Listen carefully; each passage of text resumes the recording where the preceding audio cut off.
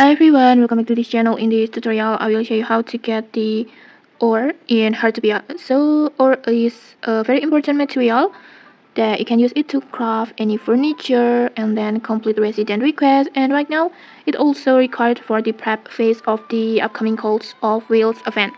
And to get this ore is very easy. First, just walk around near your house, and then when you found this black stone, just equip your axe, and then after that, just tap on the button to hit this black stone, and then you will get the ore from here, like this, and then just walk around again until you found the black stone, like this. Just walk around near your home, and then just collect the ores from this black stone.